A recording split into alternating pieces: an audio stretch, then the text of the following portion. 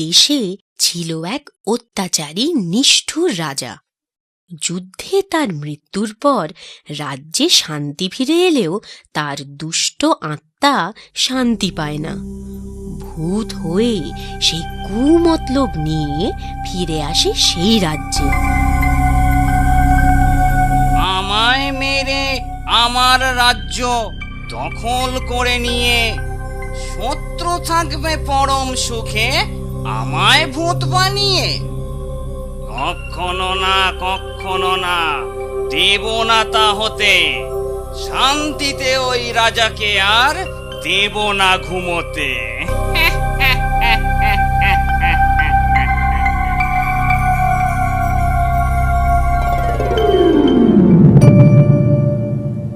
কি হে সংগ্রামজি, আমায় মেরে ভূত বানিয়ে আমার ঘরেই পরম নিশ্চিন্তে ঘুমোচ্ছ?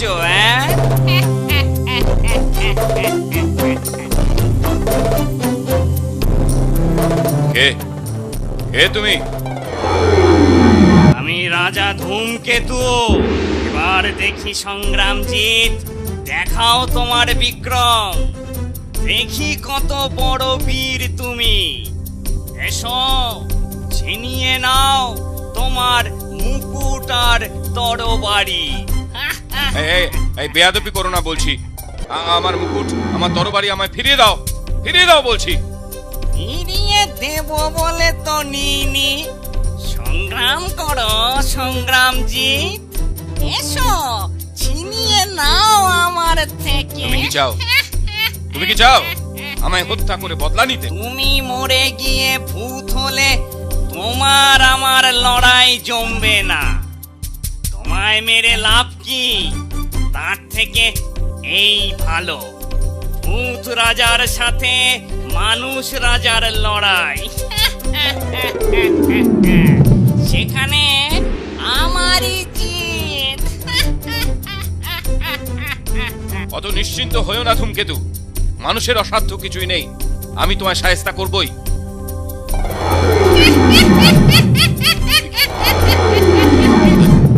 ওদিকে নয়, এদিকে, আমি তোমার পিছনে। না, আজ রাতে এই অবধি থাক। তুমি সারা রাত জেগে ভাবো কিভাবে আমাকে শায়েস্তা করবে। আমি আজ যাই। শোনো সেনাপতি, গত রাতে যে ঘটনা তোমায় বললাম, প্রাসাদের আর কেউ যেন না জানে।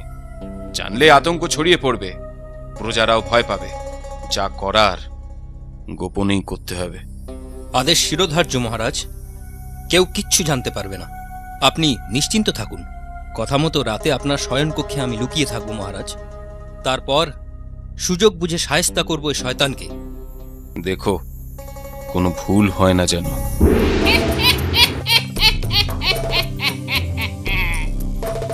আমি এসে গেছি। সেনাপতি বিক্রমজি, এই তোমার বিক্রম? পেছন থেকে তীর না চালিয়ে সাহস থাকে তো সামনাসামনি লড়াই করো।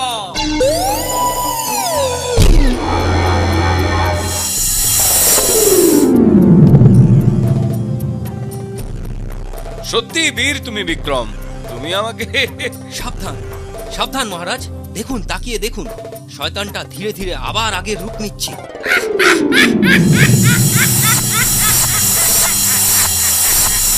বলেছিলাম না, ভূত রাজা অমর।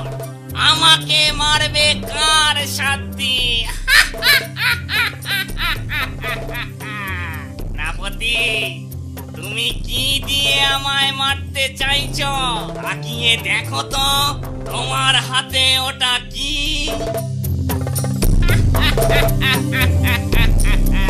তীরে তো হলো না, আগুনেও হলো না, শেষমেশ চিচিঙ্গা। যাক, আজ এই অবধি থাক সেনাপতি বিক্রম। কাল তোমার পুরো সেনা দল নিয়ে এসো, আমি আবার আসবো। চললাম মহারাজ, চললাম।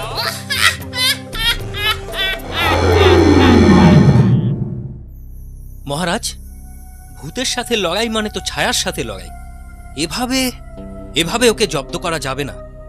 তবে প্রতি রাতে ও এরকম ভাবে আমাদের নিয়ে হেয়ালি করে যাবে, আর আমরা চুপ করে তাই সহ্য করব? হ্যাঁ, অন্য উপায় ভাবতে হবে।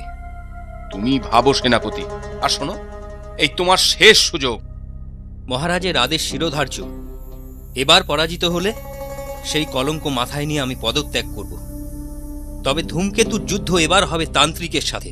তান্ত্রিকের সাথে? হ্যাঁ মহারাজ, ওই বিদ্যা একমাত্র ওঝা তান্ত্রিকেরই জানা আছে। আমাদের রাজ্যের সেরা তান্ত্রিক জটাধারী বাবা। আমি গোপনে কাল তাকে এখানে নিয়ে আসব। আপনি আদেশ করুন মহারাজ। ঠিক আছে, তাই করো। আমি শুধু চাই ওই শয়তান ধূমকেতু জব্দ হোক। প্রণাম মহারাজ, এই ঘরেই ভূত আসে বুঝি? কেন, তুমি তান্ত্রিক হয়ে ভূতের গন্ধ পাচ্ছ না বুঝি? হ্যাঁ, কেমন ভূত তাড়াবে তুমি? ধূমকেতুই আসলো বলে আজ দেখি তোমার কেরামতি।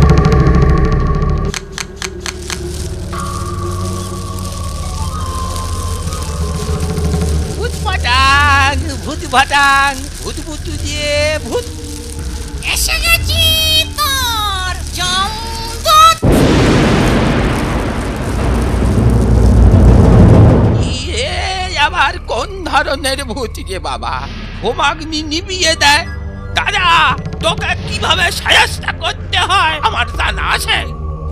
মরার খুলিটা বার করতে দে। মরার খুলি? এই দেখ আমার হাতে।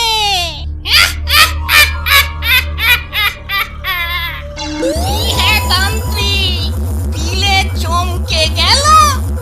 ভালো চাস তো এখনই পালা, না হলে নিজের মুন্ডু ছেড়ে তোর মুন্ডু খুলে নেব এবার। এই সংগ্রামজি, শুনলে তো তান্ত্রিকের কথা। কেউ আমার কিচ্ছু করতে পারবে না। তবে ভয় পেও না, তোমায় আমি প্রাণে মারবো না। তুমি বেশ মরার মতো বেঁচে থাকবে, ওতেই আমার শান্তি।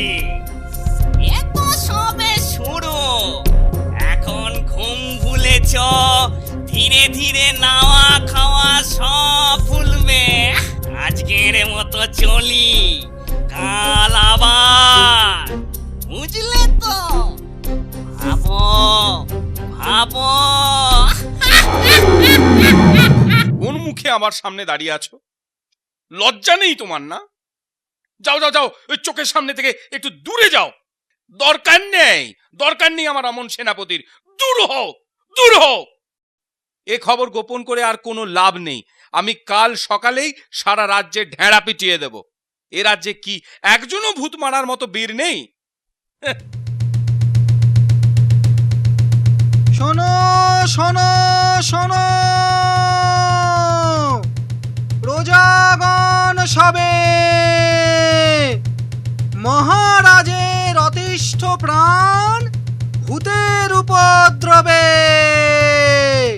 রাজপ্রাসাদের সেই ভূতকে যে মেরে তাড়াবে, সে অর্ধেক রাজত্ব আর রাজকন্যা পাবে।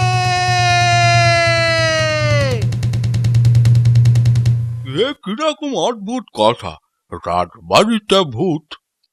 আমাদের কপালে আর বোধহয় শান্তি নেই। শুনলাম সেনাপতি বীর বিক্রমজিৎকেও নাকি মহারাজ বরখাস্ত করেছেন। তান্ত্রিক জটাধারী বাবাও ভূতের কাছে হার স্বীকার করে পালিয়েছেন। এখন উপায়? ভগবানই জানেন। রক্ষা করো ঠাকুর, এভাবে আমাদের সুখ শান্তি কেড়ে নিও না। এ মুখ আমি কাকে দেখাবো? এই পরাজয়ের গ্লানি নিয়ে এই গভীর জঙ্গলে আত্মগোপন করাই শ্রেয়। নিজের প্রাণের বিনিময়েও যদি রক্ষা করতে পারতাম মহারাজ ও রাজ্যকে, তাহলে মরেও শান্তি পেতাম। এ কি এত সুন্দর পাখিটাকে কে এমন নিষ্ঠুরভাবে মারল? যত বীরত্ব এই অসহায় জীবের ওপর! পারলে মারুক না গিয়ে শয়তান ধূমকেতুকে।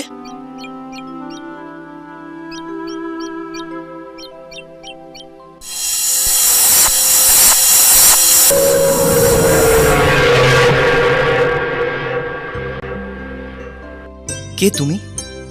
আমি স্বর্গের পরী। এক মনির অভিশাপে আমি পাখি হয়ে অভিশপ্ত জীবন কাটাচ্ছিলাম। শোনো আমার কাহিনী। মর্তে ঘুরতে এসে একদিন যাই স্বর্ণ নদীর তীরে অগ্নিভ মুনির আশ্রমে। বাহ, কি সুন্দর ফুল! এই ফুল দিয়ে সাজলে বেশ ভালো দেখাবে। উফ, কি সুন্দর গন্ধ!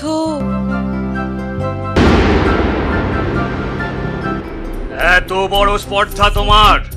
পুজোর জন্য যে ফুল গাছ আমি লাগিয়েছি সেই ফুলে তুমি সাজসজ্জা করছো। আমি তোমায় অভিশাপ দিচ্ছি, পক্ষী হয়ে তুমি এই ভুবনেই ঘুরবে সাথী হারা হয়ে। আমার অপরাধ নেবেন না মুনিবর, আমি না বুঝে অন্যায় করে ফেলেছি, আমায় ক্ষমা করুন। অপরাধ যখন করেছো শাস্তি তোমায় পেতেই হবে।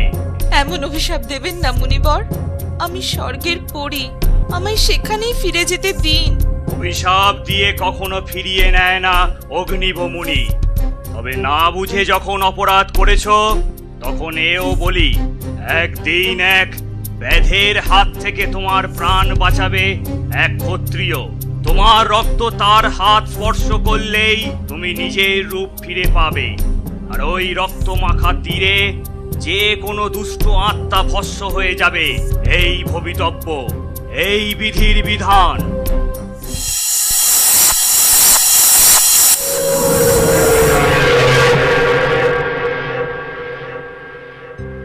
এই হলো আমার অভিশপ্ত জীবনের কাহিনী।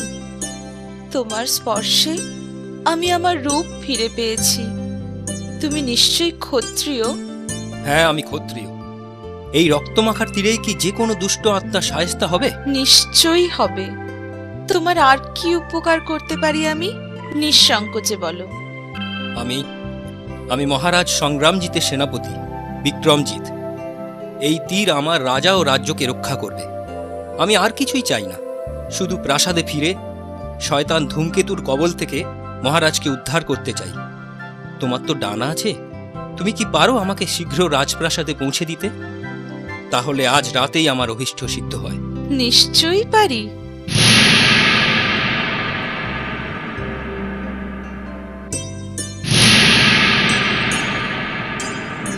কি সংগ্রাম জিত! সারা রাজ্যে ঘোষণা করলে, অর্ধেক রাজত্ব রাজকন্যার প্রলোভন দেখালে, তবু একজনও সাড়া দিল না।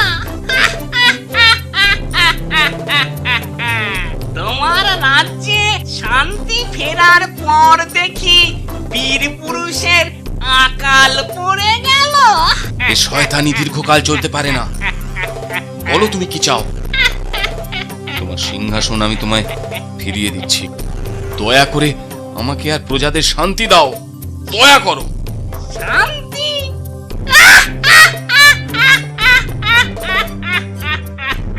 শান্তি ওই একটা জিনিসই তো কাউকে কোনো দিনও দিতে পারিনি। শান্তি যদি দিতে নাই পারো তবে পাপের শাস্তি পাও। তোমার শয়তানি আজ রাতেই শেষ করব। শয়তান, তুমি আবার ফিরে এসেছো। সেনাপতির পদাধিকার নেই, তবু স্বভাবে তোমার সেই ঔদ্ধত্য আর অধিকার রয়ে গেছে। আমার হাতে প্রাণ না গেলে তোমার শান্তি হচ্ছে না। এসো তবে শান্তি দেওয়া তোমাকে দিয়েই শুরু করি। এসো। সাবধান, সাবধান সেনাপতি, সাবধান। বিচলিত হবেন না মহারাজ, ও আমার কিচ্ছু করতে পারবে না। আজ আমার তীরেই ও ভস্য হবে। এই দেখুন।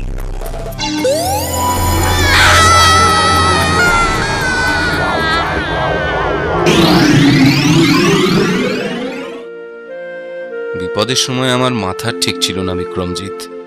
তোমার সাথে কত খারাপ ব্যবহার করেছি। পারলে তুমি আমাকে। না না না না, অমন কথা মুখে আনবেন না মহারাজ। আমি তো আমার কর্তব্য পালন করেছি মাত্র।